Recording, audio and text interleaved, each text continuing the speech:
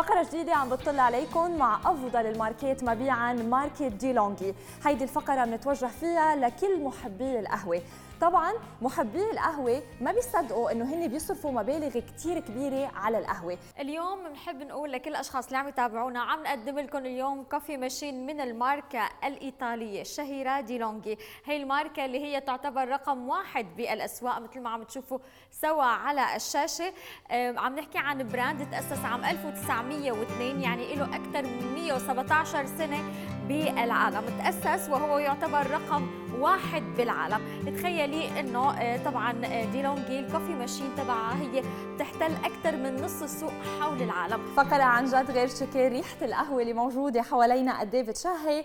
عن جد الماشين كمان اللي نحن عم نقدمها شكلها كتير عصري، أنيقة، سهلة الاستخدام، وفيها إذا بدنا نقول مميزات كتير متعددة. هون عم نشوف قد ايه شكل الجهاز اللي عنا أنيق، سهل الاستخدام. رح نشوف كل التفاصيل أثناء الفقرة قد ايه بيسهل علينا إنه نحن نستخدم هيدا الجهاز. أول ميزة كتير حلوة هون هيدا الرف اللي موجود اللي من خلاله بنقدر نحن نحط الفريش بينز. في عنا هيدي الحلقة اللي موجودة بتساعدنا لحتى نحن نختار حبيبات البينز سواء كانوا الصغار أو حتى الكبار. هيدا ما كل شيء، عندنا كمان جارور كتير صغير هون بيساعدنا لحتى اذا نحن حابين نحط القهوه البودره، يعني بمجرد نحن ما نعمل لها سكوبينج بنحط حتى القهوه البودره بكل سهوله. طبعا ما بتخلص التفاصيل هون، في مميزات كتير متعدده كمان رح نشوفها من قدام. فانه عندنا تانك كتير كبير لحتى نعبي فيه مي لتضينا لاستخداماتنا كلياتنا بالقهوه. في عندنا مؤشر للماكس ساعه بكل كبيره، ساعه كتير كبيره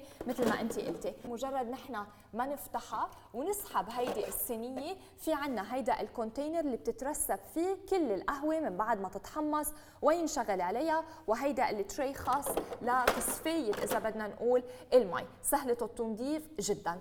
كمان هون عم نشوف كيف فيها سلاسه بالاستخدام. في هن عنا بينزل القهوه، في عنا اوبشنز كمان ان ننزلها ونطلعها على حسب حجم الكب اللي عم نستخدمه. في عنا اداه خاصه اذا بدنا نعمل الرغوه للحليب او الفروثينج للحليب. مثل ما قلنا ببدايه الفقره، محبي القهوه كتار، بنحب القهوه وبناخدها لنعدل مزاجنا، ولكن عندنا صارت خيارات كتير بالاسواق. اول خيار موجود عندنا والسريع واللي بنلاقيه بيستسهلوا كتير من العالم هي الساشيات. عندنا الساشيه القهوه اللي بيكون في بقلبها مبيضات، سكر وغيرها من الاشياء. صدقوني ما بتعطيكم النكهه المضبوطه، هيدي تسكيجه مثل ما بنقول. وكمان يمكن فيها مواد حافظه. مزبوط. نوصل كمان للقهوه اللي بتكون بودره او معبايه، كمان هيدي ما بتكون فريش، يعني هي بتكون مطحونه، ولكن هيدي التعبئه وهيدي طريقه التغليف ما بتكون بتدخل لها هواء فبتروح النكهه مع الوقت. مزبوط، ما بتكون عندنا كتير فريش. بنوصل كمان للكبسولات اللي هن كمان بنستسهلهم، ولكن الكبسولات لهم عمر معين، ما بيضلوا فريش، مواد حافظه وغيرها. بنوصل للطريقه كمان اللي هي من خلال البينز، سواء نحن بنروح بنجيبهم من المحمصه او بنستخدمهم لحتى نعمل اشياء كثيره بالبيت. ولكن ريحه البن، ريحه البن دائما لا يعلى عليها. بنوصل لحتى نحن نستخدم البينز، شو بنلجأ لاشياء كثير موجوده عندنا بالاسواق. اول شغله كثير منا عمليه اللي نحن بنستخدمها لحتى نطحن القهوه يدويا. هيدي طبعا منا عمليه، لاقول لك ليه؟ لانه مع انه في كثير على فكره ستات بيتابعونا بيحبوا هاي الطريقه. هيدي الطريقه انا ما بعرف مين بيحبها، لانها منا عمليه ابدا، لانه بتعمل فريش، بس مو لانه هي حلوه ابدا. ليكي قد ايه بتعذب، وحفرجيكي قد ايه انا عم عيد وبزيد، ورح فرجيكي انه كل اللي ورك اوت ولا شيء حيطلع عندي. يا دوب شوي. تفضلي قد ايه كل هيدي الحركه على بس هالنتوفه من القهوه اللي طلعوا معي. طيب بنوصل كمان لان نحن نلجا للبودره او القهوه اللي بتكون اوريدي باودر. بتكون الطريقه الايطاليه اللي هي التقليديه، لكن كمان بدها تاخذ وقت كثير لنطحن البن ويوصل لهالمرحله قبل ما نعملها. بعدين بعد ما نحن نعبيها بالمي، شو بدنا نعمل؟ بدنا نلجا انه نحن نحطها على الستوف وننطر لتتبخر المي وتطلع لنا القهوه. لكل اللي بيحبوا القهوه مش الساده، بيحبوا اللاتيه، بيحبوا الكابتشينو وغيرها من الاشياء. بنرجع لحتى نحن نحط الحليب كمان على الستوف، وبنستخدم هيدي الاداه لحتى نحن نعمل اذا بدنا نقول فروثينج بطريقه كثير عمليه ولكن نفتكر انها هي عمليه، ولكن نسخن الحليب يعني في كثير هيك ومنا كثير سهله، مو عملي. يعني بدك ليكي كم خطوه لازم نضطر نعملها وكم اداه وسخناها لنوصل لفنجان كابتشينو او حتى قهوه مرتبه نحن حابين نشرب. كل هيدي الطرق التقليديه بدنا ننساها، بدنا نجي على الطريقه الحلوه المرتبه من الماركه الرائده دي لونجي. اول شيء عندنا نحن الجهاز، بمجرد نحن ما نضغط على الاون بيكون عندنا شغال الجهاز. عندنا هون الخيارات اللي بدنا اياها من القهوه. طبعا نحن بدنا نختار كب واحد، كل اللي علينا نعمله بنضغط على هيدا الزر، توصل عندنا القهوه بطريقه كثير سهله عمليه. عم تطحن لنا خلينا نورجيهم كيف البن عم ينطحن من فوق. اذا عم نشوف كيف عم تاخذ كل شوي كميه بن وتطحن بكل سهوله. وحلو انك تكون البن فريش فريش فريش، ريحته غير، طعمته غير، شكله غير عن جد. لما بيكون فريش بيكون كتير مميز. وعندنا كمان الاوبشن انها سريعه عمليه، بتعطينا النكهه المضبوطه والرغوه اللي كتير حلوه، وبنفس الوقت اذا بدنا نقول السهوله بالاستخدام. واو، هون عم نشوف انا يعني بحب يكون عن جد الكافي ثقيله اكثر من الحليب بالكابتشينو. هلا هون خلصنا الكافي نفسه. هلا بنجي للخطوه الثانيه، وهي انه نحن بدنا نعمل فروثينج او رغوه للحليب. كل اللي علينا نعمله انه نسكب الحليب بالكميه المطلوبه. والحلو كمان سماح انه لتحسي على الرغوه تكون مزبوطه، كل اللي بحاجه انت له انه يكون عندك الحليب فول كريم، يعني كريم دسم لحتى يقدر يعطيكي. بنضغط هون على كبسة البخار، بمجرد نحن ما نضغط عليها تعمل بلينكينج، بس تكون هي ثابتة على لون واحد اللي هو اللون الأورانج، يعني بتكون جاهزة عنا لحتى نحن نعمل فروثينج. بننطر عليها ثواني كتير قليلة لحتى تكون جاهزة عنا. وبمجرد ما تعمل ستوب للون او يستقر اللون على الاورنج بتكون جاهزه معنا. لكل اللي انضموا لنا هلا، دي لونجي عم بتقدم لنا منتج ولا احلى. كل اللي بعمله اني بروح على هيدا المقبض وباخده على الاون، وببلش عندي عمليه الفروثينج. طبعا كل اللي عليكي تعمليه تحركي الحليب بهيدي الطريقه لحتى تعملي الستيمينج او توصلي البخار للحليب. كثير سهل. نحن بنتكلف لناخذ فنجان كابتشينو من عم اقول لك فنجانين 60 ريال سعودي بالنهار. اذا انت شربتي مره واحده، نحن عم نحكي يمكن واحد الصبح وواحد بعد الظهر، صح ولا لا؟ فيعني حنتكلف كثير. واو، هون يعني انا قرب هيك الفنجان كابتشينو تبعي يخلص. بس بدي افاجئكم الرغوه اللي قدرت انا اعملها بثواني كثير قليله، قدرت احصل على الرغوه. كل اللي عليكي تعمليه تسكبي الحليب على حسب رغبتك وتنزلي الفوم اللي انت بدك اياه. تفضلي، شو رايك؟ واو، شكله دوقيها وخبريني. كثير حلو. حدوق هلا. طعمه بجنن عن جد. انا حسيت انه ساره كانت تشتغل طول عمرها باريستا. مزبوط، عن جد بتجنن. يعني حتى اللي ما عنده خبره بمجرد ما يتبع الخطوات السهله رح تحصلوا على فنجان كابتشينو غير شكل. بس انا ساره يعني ماني انانيه كثير، حابه اشارك انا وياكي فنجانين غير شكل. وخاصة نحن كان عندنا بريك قبل شوي فتغدينا، فبدنا بعدها هيك قهوة نعدل مزاجنا. الحلو كمان بالماشين اللي نحن عم نقدمها من دي لونجي، بمجرد انتم ما تضغطوا الزر اون بتعمل عملية تنظيف ذاتي. هيدا طبعا بيعطيكم فريش اكثر بين الفنجان والتاني. كل طبعا كل شيء صار قبل. اوكي يعني اول ما تضغطي انت على الاون، شوفي اول ما تضغطي انت على الاون بتبلش هي بتحضر، بتبلش تعمل عمليه تنظيف. كله بينزل بقلب هيدي التري. منك بحاجه، مزبوط، منك بحاجه لحتى تحطي كبايات ولا لحتى تحطي شيء. بعدين بتعطيكي انديكيشن كمان من الصوت انها هي جاهزه. وحتى لو سوري بس بدي اقول لك شغله، لو المي امتلت هون بالصينيه بتعطيني كمان مؤشر. يعني اذا كبايتي عاليه، اذا كبايتي صغيره، على حسب حجم الكبايه في انا اعملها بكل سهوله.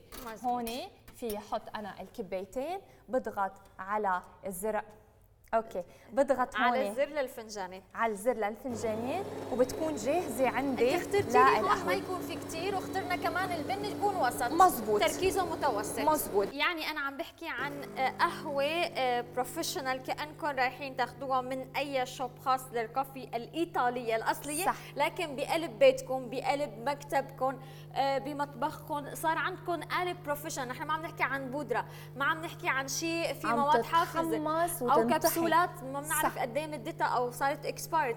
البن مثل ما هو واو، شوفي اللون، شوفي تدرجات اللون، الرغوه، شوفي الوجه. العقل. على فكره كم مره بنضيف قهوه وما بنعرف نعمل الوجه وبيسود وجهنا. هلا هون فينا نعمل القهوه بطريقه بروفيشنال حلوه وبنحصل على الرغوه والفوم والريحه. الريحه قد ايه فريش وحلوه. الريحه قد ايه حلوه. ونحن هذا البن مستخدمينه من ديلونجي نفسها كمان. صح، حنحكي عنه بعد شوي ونقول لهم على السربرايز اللي نحن مقدمين لهم اياها. سريعه، عمليه، شكلها كثير انيق، حلو، سهله الاستخدام، كثير فيها مميزات تنظيف ذاتي مما بيخليها تكون كثير اذا بدنا نقول حلوه وصحيه بنفس الوقت. هلا بتوقع انه هي خلصت.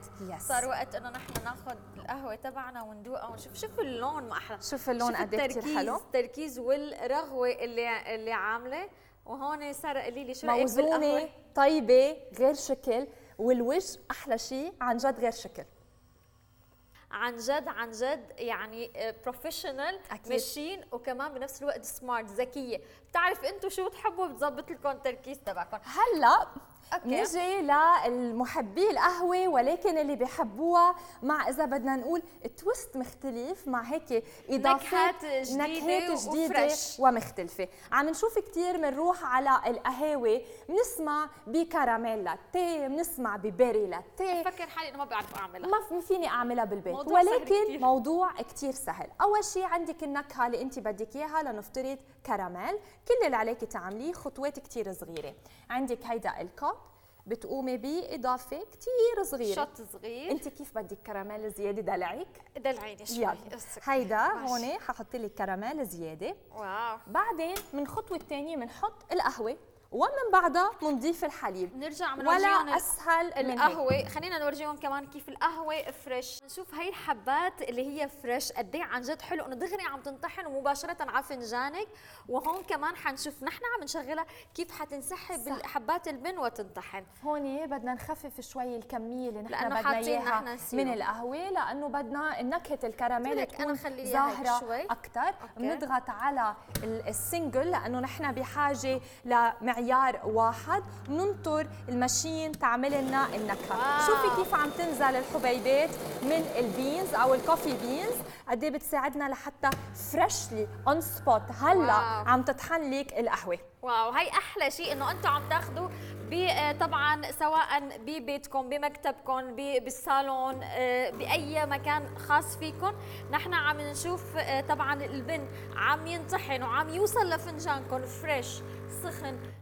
يعني ما في احلى من هيك. لا، الريحه بتاخذ العقل، النكهه كثير طيبه، وبتختاروا شو ما بدكم تعملوا انتم. بنحط كميه كثير قليله. سموحه ما بتحب الحليب كثير، سو ما حزد لها كثير حليب. لا، هيك انف. انا بدي حابه اخذ كراميل والكافي اكثر. مزبوط. عندنا هيدي الاداه الخاصه لعمل الرغوه تبعيه الحليب. بنروح على مؤشر البخار، وبمجرد نحن ما نضغطها طبعا بتاخذ معنا بتعرفي هي ليه بتاخذ وقت؟ مش كثير وقت، بس ثواني قليله بين القهوه والحليب، لانه عندنا نحن معيار واحد للستيم لنقدر من خلاله نعمل. وانت ملاحظه قد ايه بثواني قليله بتسخن؟ بالعاده حتى الجهاز اليدوي لنعطي بدك تسخني الحليب، بدك تسخني وبده وقت لتاخذ الرغوه. هون مباشره بتقدري انت تعملي هيدا الشيء دغري دغري دغري حامي. ليك الدخنه اللي موجوده قد ايه كيف بكل سهوله. طبعا لتحصلوا على رغوه الحليب المثاليه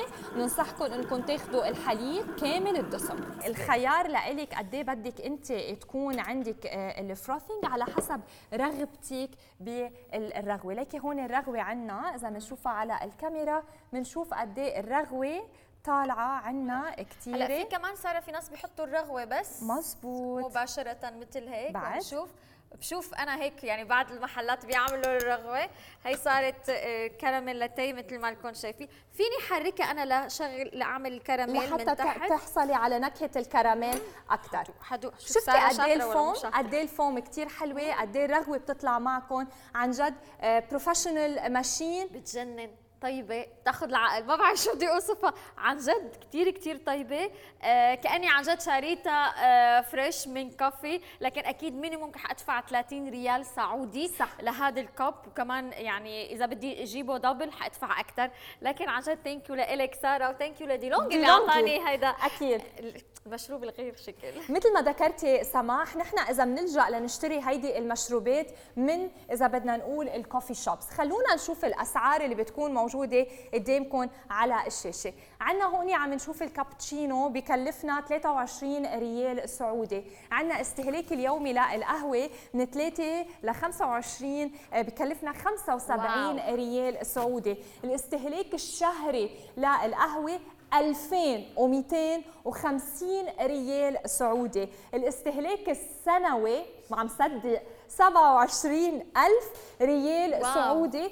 هيدا هو استهلاك القهوة اللي ما بنحس عليه، بينما سعر الماشين اللي نحن عم نقدم لكم اياه 1799 ريال سعودي، عملية شراء وحدة ضيان كل العمر إذا بدنا نقول، بتخليكم تعملوا كابتشينو، لاتيه على أنواعه، اسبريسو، دبل اسبريسو، ماكياتو، كل مخيلة الإيطالية حطوه عندكم تعمل لكم إياه هيدا الماشين. كمان المي السخنة أو الستيمينج تبع السخنة بخليكي تعملي أي من المشروبات الساخنة، شاي، ببونج، ينسوس، الزهورات اللي انتم بتحبوها. لكن خلينا نشوف اسعار السوق طبعا ديلونجي، نفس الماشين اللي عم نقدم لكم اياها هون بسعر 4199 درهم اماراتي او مقارب الريال السعودي. هون عم نشوف 2400 وشوي، هون عم نشوف 5799. لكن اليوم نحن عم نقدم لكم اياه باوفر مميز بس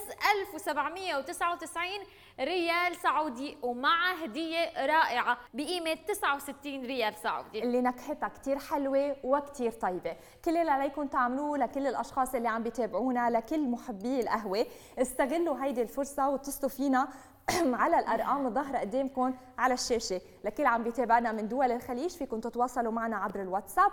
للي انضم لنا هلا ابقوا معنا الفقره الجايه اللي حنعرفكم اكثر على منتج الرائع من ماركه ديلونجي، وما تنسوا كمان العرض المميز اللي عم نقدمه وهو التوصيل المجاني. ابقوا معنا، تفاصيل اكثر حنعرفها بعد البريك. من ماركة الرائدة الإيطالية ديلونجي عم نقدم لكم ماشين لصناعة القهوة الاحترافية بكل خصوصية انتو ببيوتكم. أجود أنواع البن فيكن هلأ انتو تحصلوا عليها مع ماركة ديلونجي. ماشين سهلة الاستخدام، عملية جدا، وبنفس الوقت بتعطيكم طعم القهوة الغنية. فيكن تعايروا الكمية اللي انتو بدكن اياها، وأيضا تركيز القهوة سهلة الاستخدام وعملية جدا. جميع أنواع المشروبات فيكن تعملوها من القهوة وغيرها من الأشياء مثل الكابتشينو، لاتيه، ماكياتو، وكل المشروبات الإيطالية اللي منحبها. فيكن كمان تستخدموا فيها القهوة البودرة والقهوة الحب، والحلو بهيدي الماشين إنها بتقوم بطحن القهوة مباشرة. استمتعي مع أصحابك ومع عائلتك بجو كتير حلو، وبنفس الوقت مع طعمة غنية من القهوة. قدمي لأصحابك أنواع القهوة المختلفة.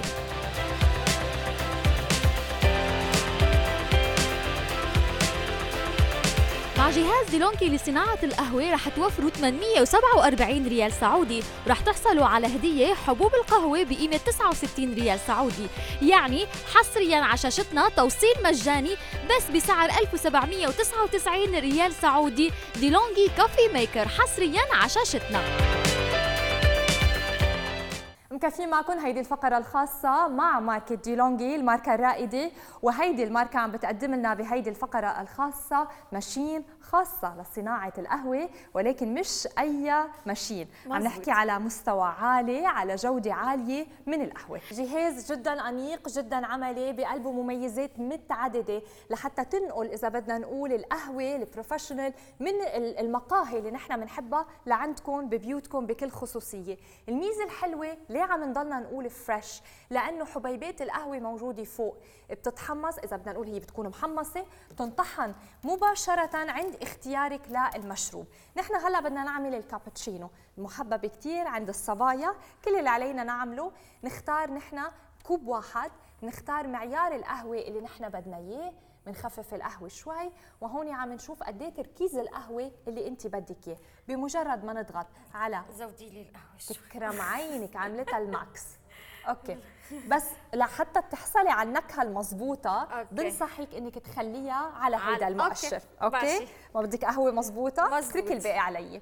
هون بنضغط على الكوب، بنشوف كيف عم ناخذ البينز عم يتاخدوا من فوق اون سبوت وينطحن. شو في احلى من هيك لما تشوفي البن مباشره عم ينطحن فريش، ونحطه بعد فتره مباشره من ما تكون حبات بن على فنجانكم سخنه طيبه غير شكل. اكيد، وهون عم نشوف كمان انه في عندك انت تعملي ادجستمنت لهيدا المعيار، اذا بدك اياه توطيه اكثر او تعليه على حسب الكبايه اللي موجوده. فريش، سخنه، سريعه، نكهه كثير حلوه، الريحه قد ايه عن جد بتدل قد ايه القهوه الريحه قد ايه حلوه. انا متمنيه كل المشاهدين يفوتوا يشموا الريحه معنا. بصراحه احيانا انت ما بيكون بدك قهوه، بتشمي ريحتها بتروحي بتقولي بدي قهوه. مزبوط.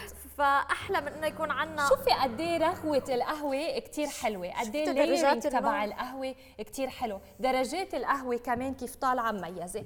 اذا بدنا نعمل الكابتشينو، لانه عندنا ميزه بهيدي الماشين انه نحط الرغوه، كل اللي علينا نعمله انه نحن نختار كميه الحليب، بناخذ هون نكبس على الستيم، بننطر المؤشر كل ما عم يعمل بلينكينج، بننطر ليصير لون موحد. ياخذ معنا تقريبا اقل من دقيقه. أكيد. نستنى شوي بس ليثبت اللون، ما يكون عم يضوي هيك، وبيكون ساعتها جاهز. الحلو انه هي ماشين اكثر من جهاز بجهاز واحد. شكلها شو حلو، بتجنن انيقه، لانه عم نجي براند ايطالي مشهور، وديلونجي يعني اشهر من نار على العالم. صارت جاهزه هلا، شفتوا اقل من دقيقه. نقلب المفتاح على الستيم وبتكون جاهزه عنا.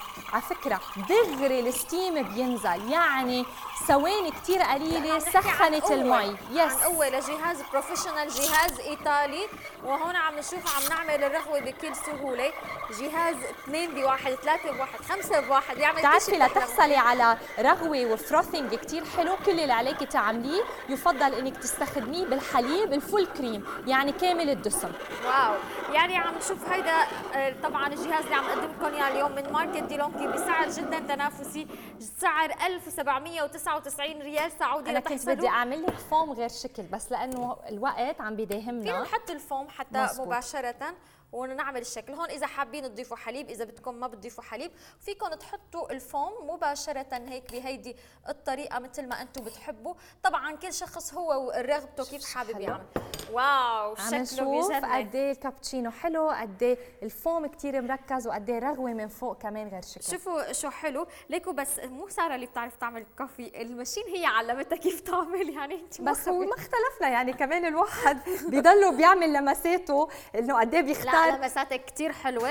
لما نصحتني انه الكوفي اختارها بهذا التركيز عن جد طلعت طيبه وغير شكل. كمان بدنا نوضح لكل الاشخاص اللي عم بيتابعونا، هيدا مش ارشادات لازم انتم دايما تتبعوها، كيف بتحبوا قهوتكم تكون عيشوا حياتكم. يعني فيهم كل مره يجربوا شكل ليحبوا النكهه اللي انتم ميزه كمان كثير حلوه عنا بالماشين، انه بمجرد نحن ما نضويها بتقدر تعمل عنا الماشين تنظيف ذاتي. ولكن نحن هون فرجينا هذا الشيء ببدايه الفقره، رح انتقل دغري لحتى نعمل القهوه الاسبريسو كوبين بطريقه كثير سهله. بضغط على هيدا الزر وبتكون جاهزه. يعني جايه صديقتك لعندك بالمكتب، عندك ضيف جاي لعندك، بكل سهوله بتقدر تعمل كوفي. لا عاد تنطر انك تنزلوا تروحوا على كوفي شوب تاخذوا القهوه تبعكم، تعملوا اوردر، تستنوا ليوصل على المكتب. بكل سهوله بقلب ميتينج اي اجتماع عندك بدك كافي على السريع تنعمل، فجهاز ديلونجي هو المناسب لإلك. انت كمان صديقتك جايه، اختك، والدتك حابين تشربوا فنجانين قهوه غير شكل، كمان هيدي الماشين هي المناسبه لإلك. بصراحه انا بحب اني في الصبح اعمل قهوه هيك وشوفها قدام عيني وشم ريحتها غير شكل، طبعاً صباحك بيكون غير شكل. مزبوط، ونكهه القهوه بتكون غير شكل وبتكون كتير فريش وبتوفري على حالك، وكمان انت بتوفر على حالك مصاريف اضافيه. جهاز مش بس بيعمل نوع واحد من القهوه، بنعمل اسبريسو، بنعمل كافيه لاتيه، كابتشينو، جميع انواع المشروبات الساخنه فيكم تعملوها، ماكياتو كمان. شوفي اللون ما احلى عن جد، التدرجات يعني عم نحكي انا اهم شيء الوجه، انا كثير بحب القهوه تجيني هيك بوجه غير شكل. بتعرفي ساره، بحس كانك انت جايبه معك على البيت شخص اكسبرت بالكوفي عم يعمل لك كل 5 دقائق قهوه غير شكل. هون عم نشوف الكميه كمان، فيكم انتم تحددوا الكميه اللي انتم بدكم اياها. النكهه كثير طيبه، والماشين اللي نحن عم نقدمها كمان فريش. واو، شوفوا الوش قد ايه مزبوط، قهوه مزبوطه 100%، قد ايه شكلها كثير حلو، قد ايه عملنا اشياء مختلفه ساره. شوفي انا عندي كابتشينو، طيبة. عندي كوفي، كيف طعمتها طيبه؟ كثير طيبه، مركزه عن جد. حتى حبيت القهوه اللي انتم حتاخذوها مع ماركه ديلونجي طعمتها سوبر دوبر طيبه. هيدي الاسعار مثل ما هلا نحن عم نشوفها بالاسواق، فرابتشينو وغيرها من المشروبات 23 ريال سعودي، 24 ريال سعودي. الاستهلاك اليومي عم نحكي من 3 كوبس بكلفونا 75 ريال سعودي. الاستهلاك الشهري 2250 ريال سعودي. انا ما عم صدق هدول بنصرفهم من دون ما نحس. الاستهلاك السنوي 27000 ريال سعودي. صدق او لا تصدق، انت او هو عم تشربوا هالقد قهوه وعم تدفعوا حقها، يعني ميزانيه كامله. ميزانيه كامله ب 1799 ريال سعودي، عمليه شراء وحده مع هديه بتحصلوا انتم عليها مع توصيل مجاني للجهاز. خلينا نشوف اسعار هيدا الجهاز او اجهزه ثانيه او عم اجهزه نشوفها مختلفه بتعمل طبعا نفس الكوفي. عم نشوف اسعارهم ما بتقل عن 4000 درهم، 2100 او 415 درهم، وهون عم نشوف 5000 وشوي، يعني عم نحكي عن اسعار خرافيه بالافات. لكن نحن مقدمين لكم اياه بعرض مميز 1799 ريال سعودي مع هديه رائعه، وهو عنا طبعا هيدا الكيس الخاص بالبن رح تحصلوا عليه مجانا، قيمته لوحده 69 ريال سعودي. للحصول على هيدا العرض الاتصال فينا على الارقام الظاهره قدامكم على الشاشه والخاصه ببلدكم. ما تنسوا ابدا تذكروا رقم المنتج ليسهل عليكم عمليه الشراء. لكل الاشخاص اللي بيتابعونا من دول الخليج فيكم تتواصلوا معنا عبر الرقم الخاص على الواتساب اللي كمان ظاهر قدامكم على الشاشه. فرصه ما بتتفوت مع ماركه رائده مثل ماركه ديلونجي، وانا وسماح اكيد بنلاقيكم بفقرات جايه. باي باي. من ماركة الرائدة الإيطالية ديلونجي عم نقدم لكم ماشين لصناعة القهوة الاحترافية بكل خصوصية انتو ببيوتكم. أجود أنواع البن فيكن هلأ انتو تحصلوا عليها مع ماركة ديلونجي. ماشين سهلة الاستخدام، عملية جدا، وبنفس الوقت بتعطيكم طعم القهوة الغنية. فيكن تعايروا الكمية اللي انتو بدكن اياها، وأيضا تركيز القهوة سهلة الاستخدام وعملية جدا. جميع أنواع المشروبات فيكن تعملوها من القهوة وغيرها من الأشياء مثل الكابتشينو، لاتيه، ماكياتو، وكل المشروبات الإيطالية اللي منحبها.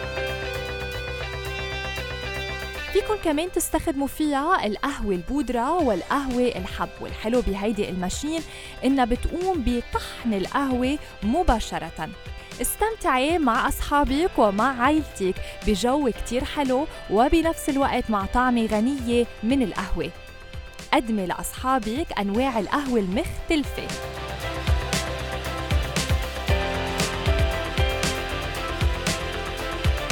مع جهاز ديلونجي لصناعة القهوة رح توفروا 847 ريال سعودي، ورح تحصلوا على هدية حبوب القهوة بقيمة 69 ريال سعودي. يعني حصرياً على شاشتنا توصيل مجاني بس بسعر 1799 ريال سعودي. ديلونجي كوفي ميكر حصرياً على شاشتنا.